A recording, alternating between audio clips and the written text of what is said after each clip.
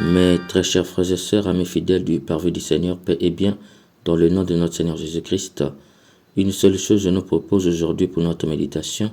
Avec une foi patiente, on passe de la stérilité à la fécondité. Dans la première lecture extraite du livre des Juges, chapitre 13, les versets 2 à 7, plus les versets 24 à 25a, l'auteur sacré dit « Il y avait un homme de Soréa, du clan de Dan, nommé Manoah. Sa femme était stérile et n'avait eu d'enfant. » Par ce fragment, l'auteur deutéronomique nous présente Manoah.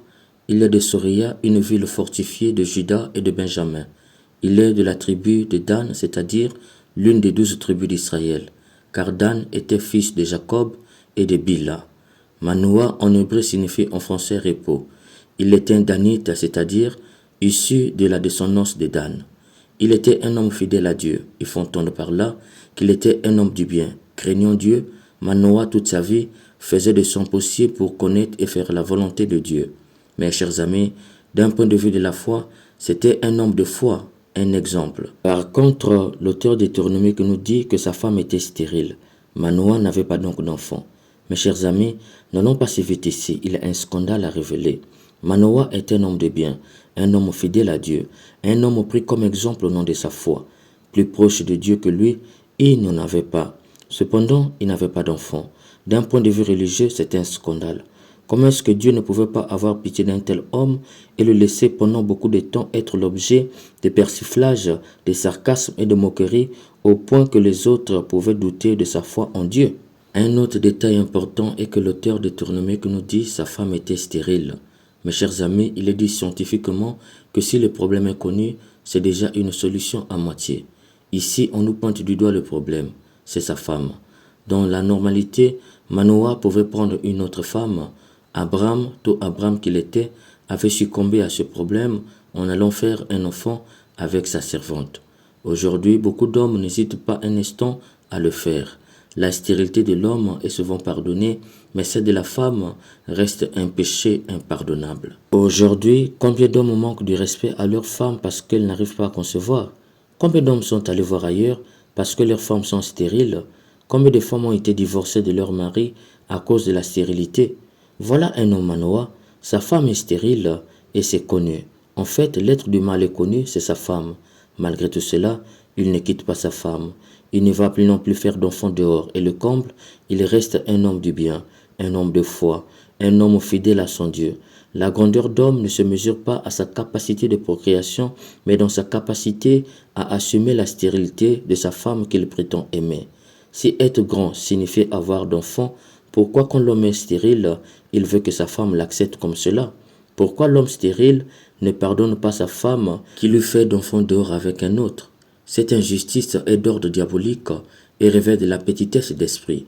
De la même façon que les hommes veulent que les femmes acceptent leur stérilité, il doit en être le cas avec les femmes stériles. Personne ne veut par elle-même être infertile, même pas dans les sacerdoces, car si tu es stérile et tu viens dans les sacerdoces, tu seras sans pardon renvoyé. Le sacerdoce n'est pas une fuite, ce sont des hommes fertiles qui visent à montrer à l'humanité que l'essentiel de la vie n'est pas forcément avoir les enfants biologiques. D'ailleurs, Manoah nous le prouve. L'auteur deutéronomique continue. L'ange du Seigneur apparut à cette femme et lui dit « Tu es stérile et tu n'as pas eu d'enfant, mais tu vas concevoir et enfanter un fils. Désormais, fais bien attention. Ne bois ni de vin ni de boisson fermentée et ne mange qu'un aliment impur, car tu vas concevoir et enfanter un fils. On ne lui coupera pas les cheveux, car il sera voué à Dieu dès sa conception. C'est lui qui entreprendra de sauver Israël de la main des Philistins. » Plusieurs vérités sont révélées ici. L'ange n'est pas apparu à Manoah mais à sa femme, à la différence de Zacharie, qui le recevra l'ange et non Élisabeth. Pourquoi? Par cette affirmation, l'auteur sacré nous révèle que l'objet des soucis était la femme et non l'homme. C'est la femme qui en faisait un objet de prière. Manoah, lui, était heureux dans sa situation. Voilà la grandeur d'un homme. Sa joie, c'est Dieu. Il n'aime pas sa femme avec des conditions. Tu ne m'as pas donné d'enfant, ce n'est pas grave. Tu as d'autres qualités qui me rendent heureux au point où je bénis l'Éternel de t'avoir mise sur mon chemin. Pour Manoah, la stérilité ne voilait en rien les qualités de sa femme qui le rendaient heureux au point où, dans ses prières, il ne faisait pas de demande d'enfant. En plus, cela ne l'empêchait pas de faire du bien autour de lui, c'est-à-dire aux enfants des autres et à leurs parents. La moquerie ne lui faisait rien, car il était heureux et comblé. Aussi, l'ange révèle à la femme de Manoah une excellente nouvelle. Tu vas enfanter un fils. Ici, Dieu se révèle comme celui qui montre de l'intérêt pour son peuple. Allons plus loin pour comprendre. Le contexte est que le peuple était installé à Canaan. Les tribus israélites se sédentarisaient et étaient victimes de voisins philistins. Dieu se souvient de son peuple, par qui il envoyait le Sauveur, par un homme qui avait accepté sa condition et une femme qui n'arrêtait de lui demander d'avoir pitié d'elle. Dieu lui donne un cadeau, mais qui sera un bien pour tout le peuple, puisqu'il délivrera tout le peuple des mains des Philistins. Ensuite, en lui disant, ne bois ni le vin, ni la boisson fermentée, et ne mange aucun aliment impur, l'ange révèle que le temps de grossesse est un moment important pour Dieu qui nécessite que la femme soit davantage en relation avec lui afin qu'il soit Dieu en elle et en l'enfant qu'elle porte. Hélas, aujourd'hui, les femmes enceintes n'ont plus de rapport avec Dieu. Elles sont dans les bars et dans toutes sortes de sans limites. Elles s'étonnent que naissent d'elles des malformés, des tueurs en série, des dictateurs, des sanguinaires et des sans-pitié de demain.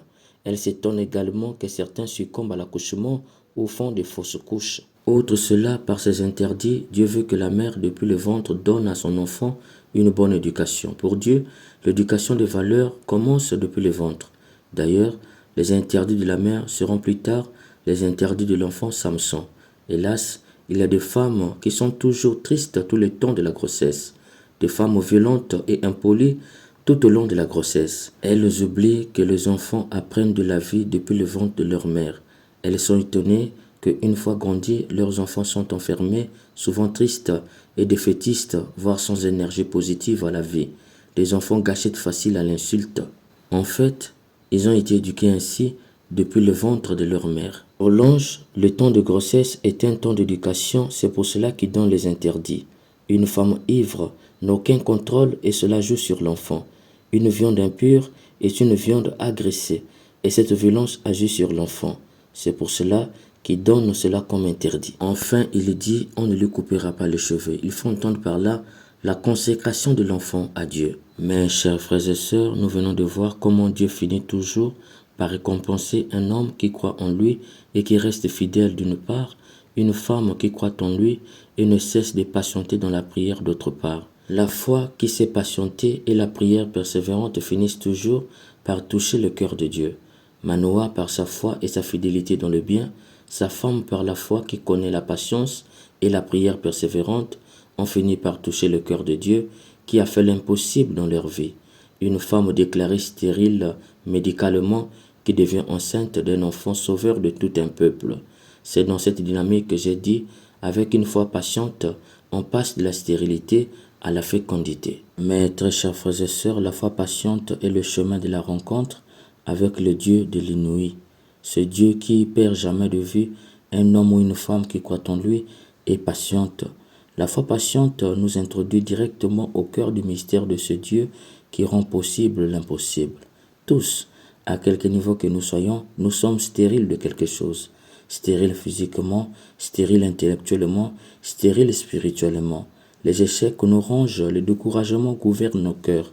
Aujourd'hui, Dieu nous dit, n'arrêtons pas de croire et de patienter.